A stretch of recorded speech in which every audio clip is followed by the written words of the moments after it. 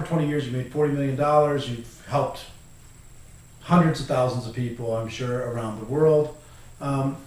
During this process, was there any major defining moment, some moment where something just clicked and you went, oh, and then your business was completely different from that point forward?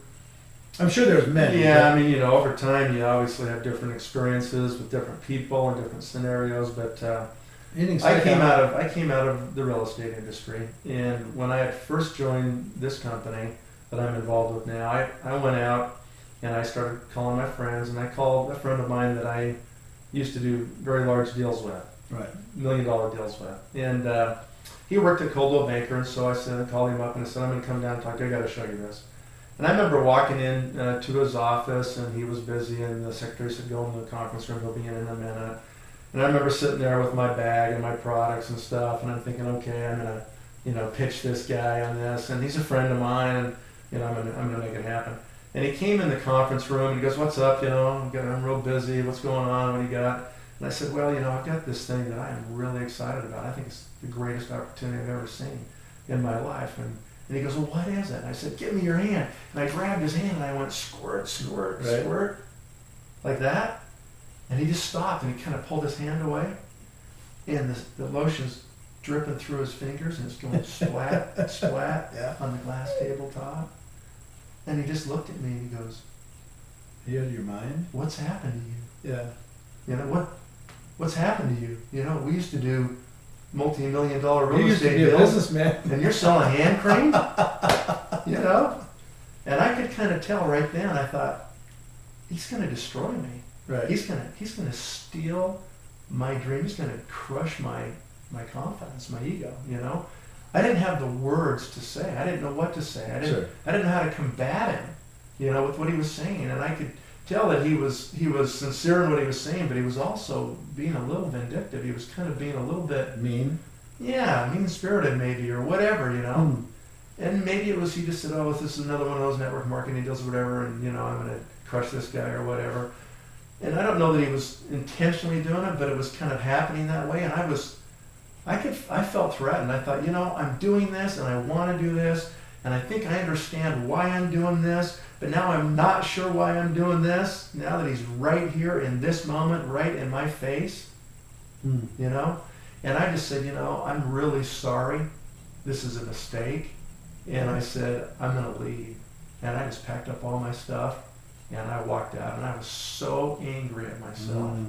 And I remember going down the elevator, and I get into the parking structure, and I'm so mad. I remember I opened that car door, and I took that bag, and I threw that bag as hard as I could, and I smacked against the other door and fell down on the floor. And I sat there just white-knuckled, gripping the steering wheel, and I'm thinking to myself, you know, why didn't you say something? Right. You know, why didn't you defend yourself, you know? And it was really a frustrating moment. And I remember I had one audio tape from a person in our company. Right. It was the only thing that was out there at the time. And I remember 2 minutes later, I'm driving down the road, and I'm listening to that audio tape, and I'm trying to get my attitude back.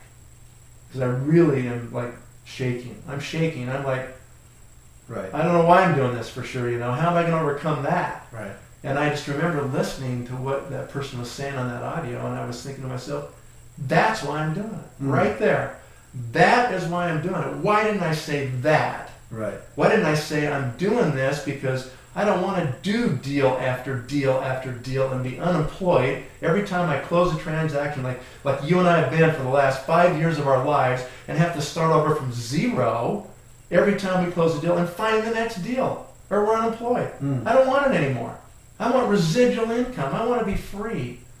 You know, why didn't I say that? And so that was a really defining moment for me. So that's when I kind of decided, you know what? That's why I'm doing it. Right. I'm doing this to be free. Right. It's not about hand cream. No. It's not about pills. It's not about supplements or a juice or anything else. Right. I'm doing it so I can be free. Right. Well, I will tell you, I think that's good. I think we've all had those. We've all had several of those. Do you need to get that? Yeah. Okay. I'll grab it. Sorry about that. That's okay. I'll just wait. Okay. Well, I think we've all had those moments. I've had those moments several times. I mean, you have self-doubts you go through in any business, as you're building and you're growing. Right. Well, let me ask you this. I mean, first of all, I appreciate you taking the time and sharing some of your information. I think a lot of this was really, really valuable information. But do you have a particular message? Is there something that you're known for as far as what you consider your core message in this network marketing profession? And if you have something like that, if you look in the camera and we got thousands and tens of thousands of people that will be watching this program right now, what would you say to them if they're either looking at the profession or they're involved in the profession? If you have a message, why don't you give it to them? Well, I think the key really is that you've got to decide that you're going to do it. You got to decide that you have enough courage that you want to be free. And I guess the main message I have, really for everybody who might be listening out there, the main message is, don't be afraid. Have faith. Faith and fear can't coexist in the same body. So if you're full of fear, you don't have any faith. Okay, it takes faith. You got to believe in yourself. You got to believe that it can happen. And sometimes you're doing that against all odds, against spouses that don't want it to happen, friends that don't think you can do it, people that have never done this but think they know better and are going to tell you all about it and why it won't work. Okay, you got to believe in yourself enough, and you've got to be consistent enough that you can keep putting one foot in front of the other. And if you do that, then what happens, and what's really critical, is that eventually you'll start to understand how to make it work. You'll figure it out. Okay, and then as you figure it out, it'll make you free. That's really been my message, I think. My message has been to people, don't trade your life away. That's the big risk, is that you trade your life for a pittance. You rent your body and your brain to somebody else for nothing. For what? So you can start over in January with nothing and hope that you still have a place to go show up? What's so great about that? Where's the security in that? There is none. It's an illusion. The only security is in you, right here and right here. That you're willing to be focused and consistent, and you're willing to exercise faith. And if you're willing to do those two things, you can do it. Well, thank you very much. I appreciate you taking the time. Ladies and gentlemen, here's what I would ask you to do. With great information like this, and there's going to be much more coming, at the end of this program, comment. Put your comments. Did you like it? Did you hate it? Did you agree or disagree?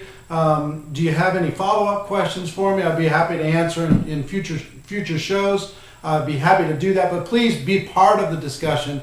Be part of this process of helping our profession go to the next level. So to close, what I will do as always is my hope for you is you decide to become a network marketing professional. I hope you decide to go pro. If you do that, we can be the change that we're looking for in this great profession. Everybody take care, and from St. George, Utah, we'll see you next time. Bye-bye.